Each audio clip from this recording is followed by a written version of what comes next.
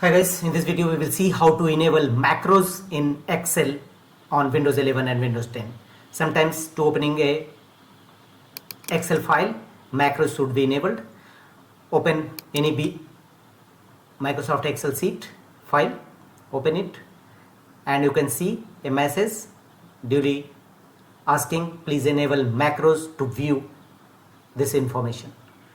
So we will have to enable macros in Microsoft Excel. Here we will see how to enable macros in Microsoft Excel in Windows 11 and Windows 10. Go to files from the top left corner.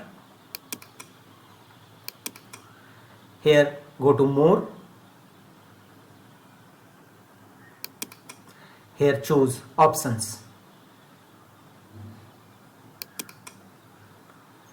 From the left side choose Trust Center. Click on Trust Center. Thereafter click on Trust Center settings. Here from the left side you will find macros settings. Click on it, and here you will find all type of macros. Choose enable Excel 4.20 macros, and finally click on OK.